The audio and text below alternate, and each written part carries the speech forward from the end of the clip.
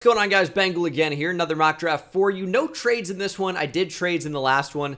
And if you're new on the channel, we will be doing things over the course of the year to mix it up a little bit. And that will especially feature trades. They will happen in the real draft, but this particular mock draft will not feature trades. It's just teams sticking and picking. And this will be especially important because the Bears should not be expected to stay at that number 1 overall pick. However, if they were to stick and pick, because you can't just trade down. It's so easy to say trade down, but there has to be a team looking to trade up in order to make that happen. I think at this point we kind of expect that the Texans could look to trade up, and that's not because, the Texans just had the number 2 pick.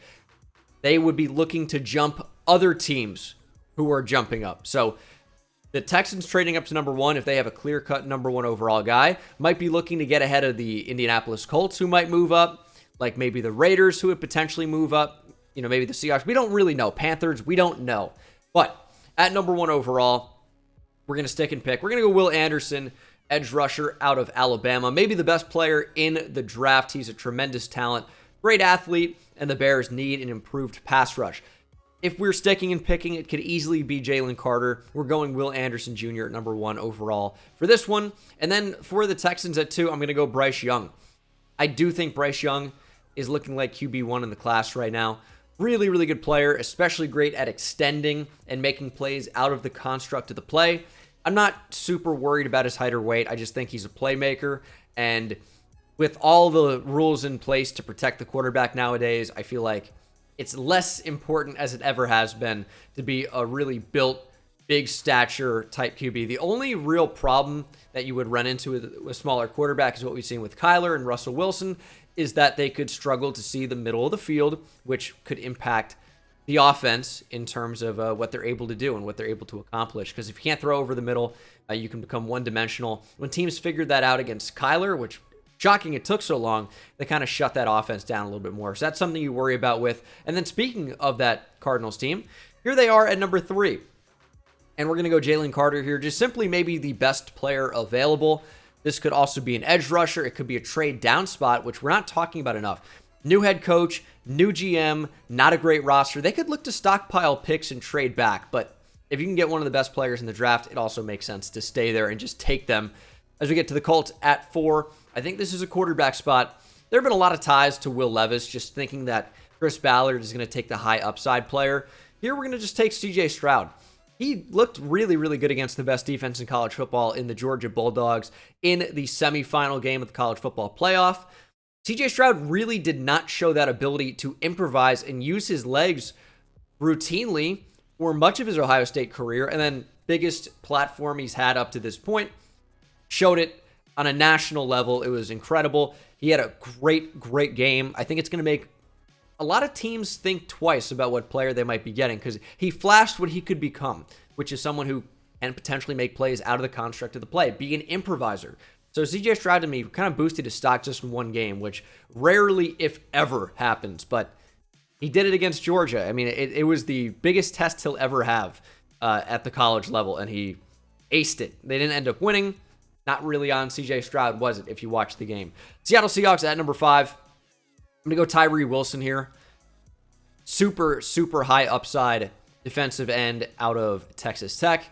Would probably be a 3-4 outside linebacker for the Seattle Seahawks team, but does have the potential to move inside just because he's big, but he's also a really good athlete. Really long arms, super important for a defensive lineman. Tyree Wilson, as we've typed up the entire year, is probably going to be a player that goes higher than a lot of people expect. And I guess he's already moved up to this point, so I guess we're kind of beyond that at this point, but I do think he will end up going high in the draft. And then the Lions at number 6. I've gone a bunch of different directions here, but I'm going to stick with the edge theme, and that's taking Myles Murphy. Yes, I recognize James Houston has played tremendously as, a late round guy. Didn't really have super high expectations. He is a rotational player at the moment. You need a base guy that can still make an impact and especially impact the run game like Myles Murphy can do. Having him with Aiden Hutchinson as your base ends and then James Houston as a designated pass rusher, that's a pretty good defense, and that's where the Lions need to improve the most right now. Their defense is really bad. You need more talent. Myles Murphy still developing as a pass rusher. Certainly adds talent to that defense. Raiders at 7. This is a quarterback spot for me. Derek Carr not coming back to the Raiders. Going to take Will Levis. He is, again, a high upside guy. I've talked about this before. I've taken heat on this, but Will Levis is a good athlete with a really good arm. Good mechanics. Not exactly out of this world numbers and production and performance. And what I've said that I will stand by is I don't know how we can hype Will Levis up so much and not hype up Anthony Richardson. There was this guy, and I know I got to stop reading the comments because some people are just crazy. And they're like, Will Levis has a stronger arm than Anthony Richardson easily. And if you mean Anthony Richardson's more athletic than Will Levis, I think you just mean faster. No, I mean better athlete. Yeah, he is definitely way faster. Anthony Richardson's doing backflips on the field during games. After game. I mean, he is a freak athlete with a cannon of an arm. Is it Joe Milton level arm? Yeah, probably not. But nobody's that level. Joe Milton is a freak. So Anthony Richardson is one of the strongest arms. He is the biggest, fastest, strongest arm, youngest player at quarterback in this draft class. Still learning the position and has showed flashes of being able to be a plus quarterback. Not just a great athlete, but a plus quarterback. Not to hate on Will Levis. I know everyone else does a good enough job of that already. But we got to start hyping up Anthony Richardson if we're going to hype up Will Levis. There are things to dislike. He's only started one season. This is Anthony Richardson. He's only started one season as a college football quarterback, but has developed a lot in that year. If you're going to get caught up in completion percentage without taking in the context of what completion percentage means, you're going to be lost. And that's how, you lose out on a potential super high upside player. Not every high upside player works out. We've seen it happen a million times. But when they do, it's tremendously, tremendously huge for the team that takes the shot and develops that player. I'm not saying Anthony Richardson is Josh Allen. It'd be impossible to say that someone could take that developmental step the way Josh Allen has for certainty, obviously. But if you look at Allen at Wyoming, he was really bad. First year in the NFL, not good. Second year in the NFL, marginally better, but still not great. And then third year MVP caliber player. Where were you guys saying, don't take Josh Allen? There makes no sense to do that. That was me. I see how this works out. I see what happens. Yes, it's a long shot, but teams are going to take that chance. And you know what? It could be worth it to take that chance if you can get a Superman type quarterback in the way that we've seen Josh Allen. Yeah, it's a long shot. Don't get me wrong. It is a long shot that could work out. When you look at a quarterback who's the biggest, fastest, strongest, youngest, there's something there. There's something there. There it is. And he's a better quarterback. He's not just an athlete in general. So, whatever. That's a little bit of a rant. I'm going to be doing it all year. It doesn't mean Anthony Richardson's a surefire top 5, top 10 pick, future Pro Bowler, All-Pro, Hall of Famer. Obviously, all complete long shots. It's like a 30% hit rates on quarterback in general. But if I'm going to take a chance, I'm going to take the guy that I think can be exceptional versus the guy that I think can just be good. Yeah, and maybe good guaranteed. I'll take the chance to hit a home run rather than settling for a single. Whatever. Atlanta Falcons at 8. I'm going Brian Brzee. I think they need to improve their defensive interior. Brzee, to me, fits that. Injury history. I know in Daniel Jeremiah's mock draft we just went over, he had him at the bottom of the first round. I definitely could see where that would happen. I just think based on the rest of the class and his position, very valuable to get a pass rusher on the interior. He's a good pass rusher despite the sack numbers. I like Brian Brzee, and I just think he's a really good fit for the Atlanta Falcons. Carolina Panthers at number 9. I'm going Anthony Richardson. I just talked him up a ton. There's a world where he is a complete draft bust. There's a world where he's not a first-round pick. I think his traits make it so that his value at the top level is certainly worth being a top 10 pick in the draft. And then at number 10, going with a corner for the Eagles, Christian Gonzalez. He's my CB1 in the class right now. I got to look more at all of the corners, of course. There are a bunch of kind of like under-the-radar guys that could end up sneaking in the first round, like Emmanuel Forbes, like DJ Turner potentially, like Tyreek Stevenson, like Deontay Banks. These guys are going to go probably a lot higher than where they're ranked on this website, NFLmockdraftdatabase.com. Shout out. But Christian Gonzalez for me is CB1 right now. And the Eagles might not be able to bring back James Bradbury. Gonzalez is a younger, good replacement option. Someone they can develop. He's got great size, great athletic ability, clean hips as well for someone that's pretty big. So works out. It's a long cornerback class. What we mean by that is long arms, big bodied, good athletes. A lot of those guys in this draft. I think Gonzalez will be the first corner off the board. Tennessee Titans at 11. I have Peter Skoronski from Northwestern. We've talked about it a lot. Short arms, but just the best offensive lineman in the class, in my opinion. He's a tremendous player. Very good technically. Experienced.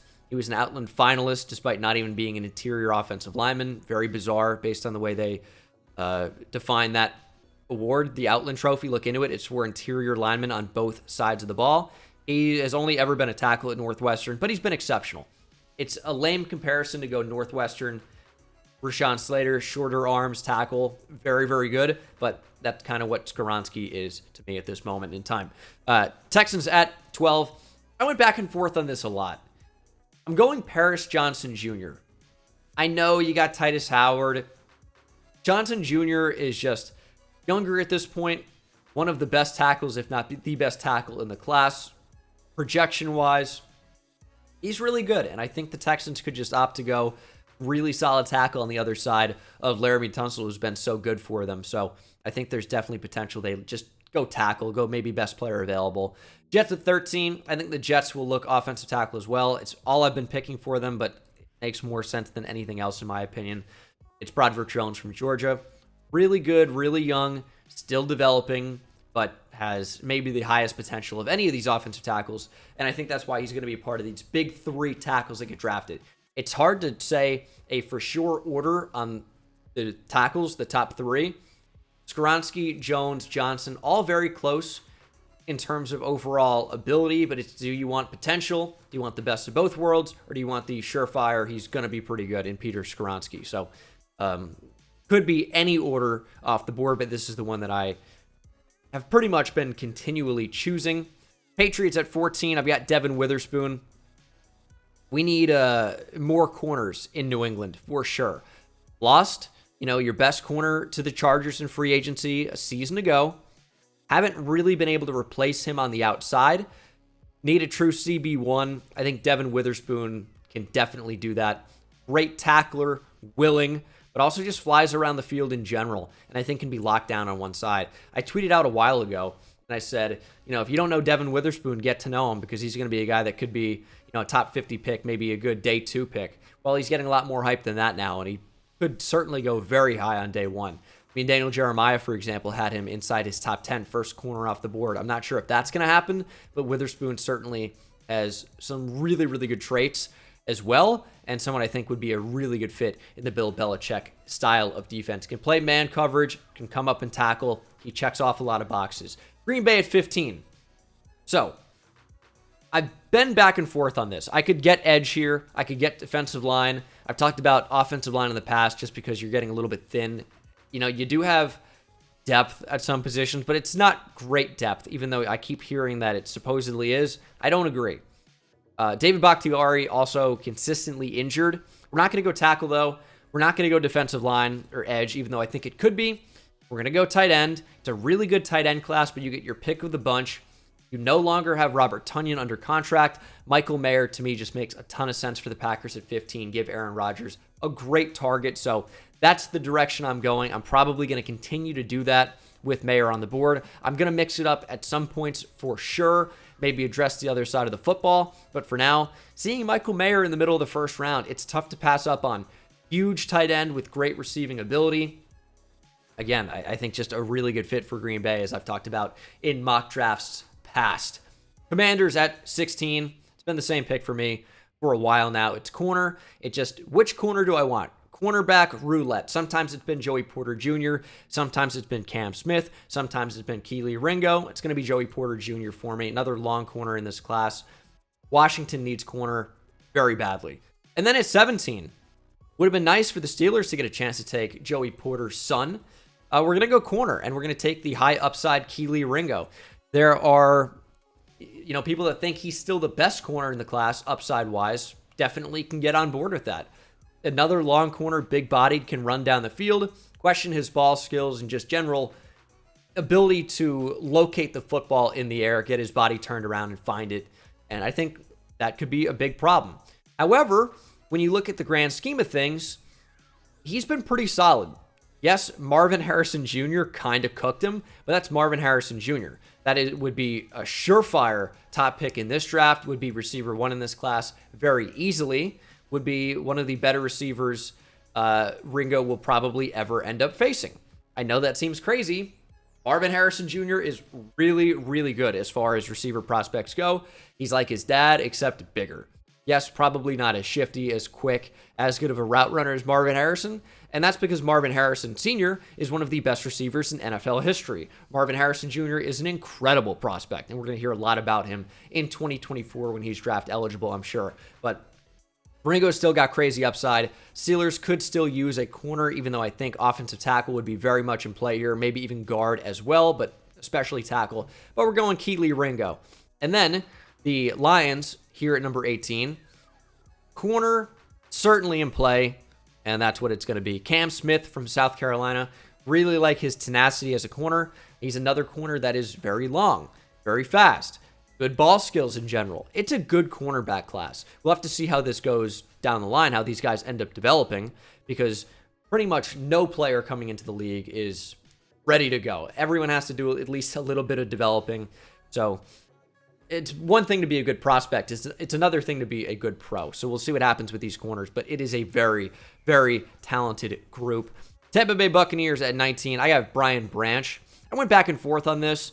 Yes, he's listed at safety. Plays nickel corner in the star position for the Alabama Crimson Tide. Really like Brian Branch. One of my favorite players in the entire draft. He's another player that is, I think, scheme versatile. You could play him over the top, in my opinion. You could also play him in the nickel. He's so good in that role, so good coming downhill as well. He's sticky in man coverage. I don't think he's necessarily a boundary corner for the Tampa Bay Bucks, but I think he can start in the slot right away. I think he can potentially start at free safety if you wanted him to do that. Really versatile player and a good upgrade just for the Tampa Bay defense in general. Their offense needs some upgrades as well, but it's tough not to take BPA in that spot, in my opinion. Seahawks at 20. I've got Trenton Simpson. Really versatile linebacker. I love versatility. A lot of NFL teams do as well. Seahawks need to continue to upgrade on defense. Why not get one of these chess piece style players that can move around the field? I think he's more of a linebacker than he is a DB, but he can play that overhang role, can cover fairly well, and is especially good coming downhill. Trenton Simpson, really, really fun player. Great athlete. I think he's worthy of a first-round pick, even if he falls out of the first round to the undervalued linebacker position at this point. Chargers at 21 is where the first receiver domino goes off the board. It is USC's Jordan Addison. Really good speed, fantastic separator, great down the field. Not the strongest at the catch point. Maybe struggles with some drops every now and again. That's why these receivers are falling down the board a little bit. However, Addison offers a nice speed threat for the Chargers. I like Josh Palmer. I like Keenan Allen, who's aging a bit.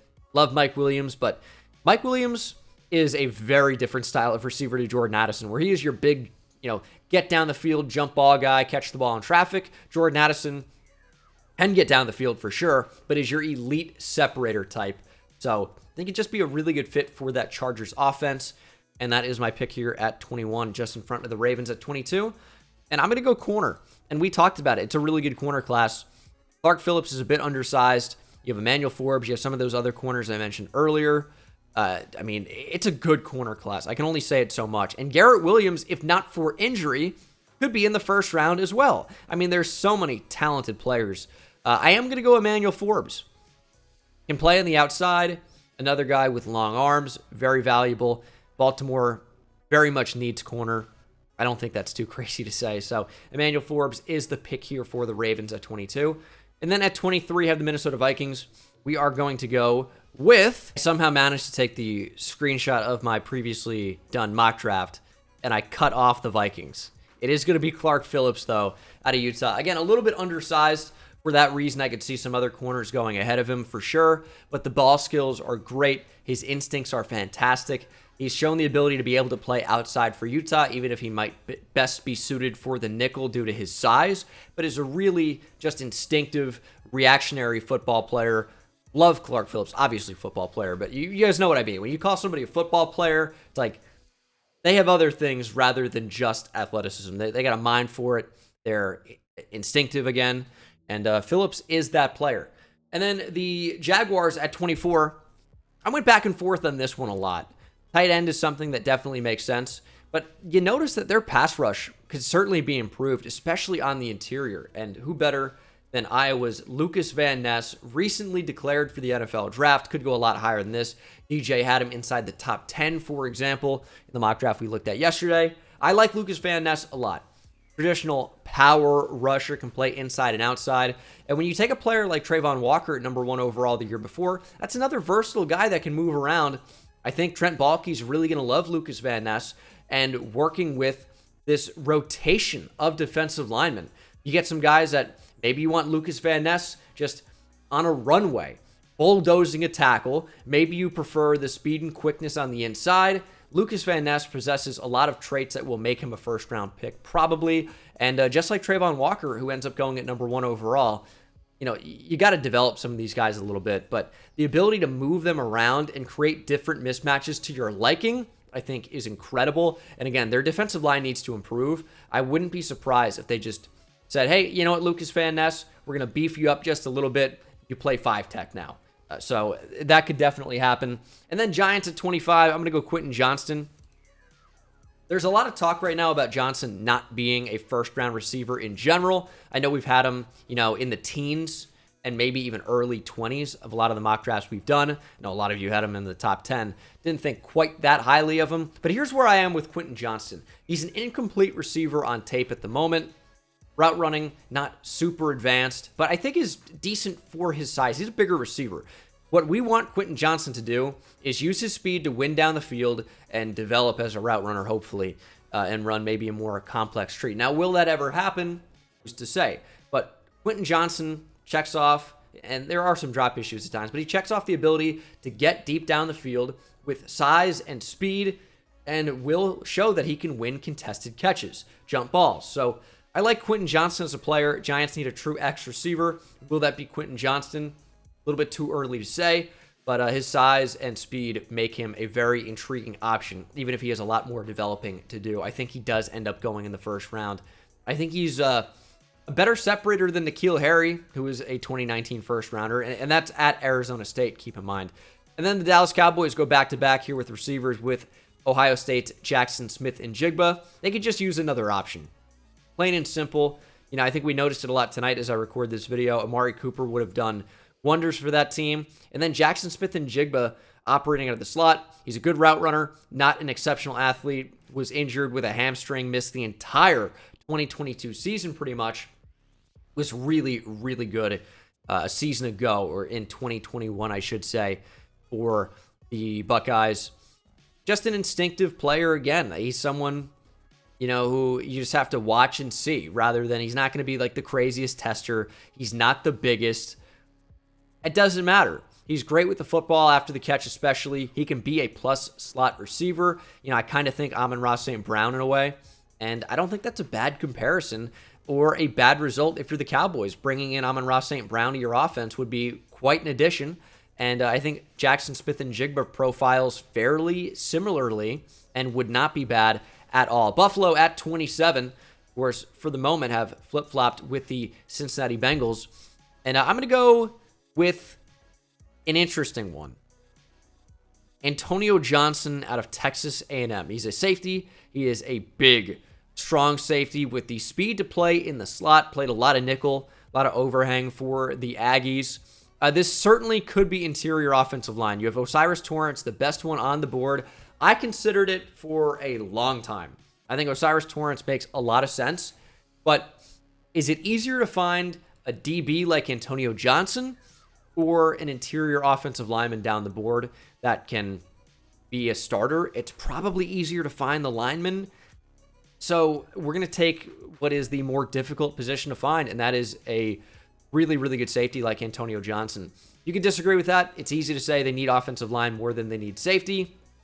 But I think safety, based on how the board has fallen, is the right pick. Obviously, some injuries at safety. We saw the Bills just cripple on defense, especially against the Bengals. But, I mean, over the season, Micah Hyde injured, Jordan Poyer injured. They were down to Dean Marlowe, who got injured in this game. I mean, it was rough for Buffalo for sure. Antonio Johnson is a potential impact starter for them right away in some capacity. I think that's going to make him pretty valuable because he's not someone that needs to start at safety right away necessarily, but can play instantly in that overhang role, can match up at the nickel, can play a number of different spots on the field. I think that makes him valuable for a team that's window is now, and for as long as you have Josh Allen, really, for a while into the future. Bengals at 28. You know, I thought about offensive line for them for a while, and I've been doing that for most of the year. Our offensive line's playing pretty well right now. I don't know that it's seeming to be the biggest of needs right now. Jackson Carman at tackle, his college position, looking pretty good right now. Upgrade over Jonah Williams? Certainly, which is crazy because you think, oh man, if you thought Jonah Williams was bad, check out the guy who is below him on the depth chart. Can't be good. Playing better than Jonah Williams. I know, the low bar, but he's playing pretty good. Offensive line playing really, really well for the Bengals right now.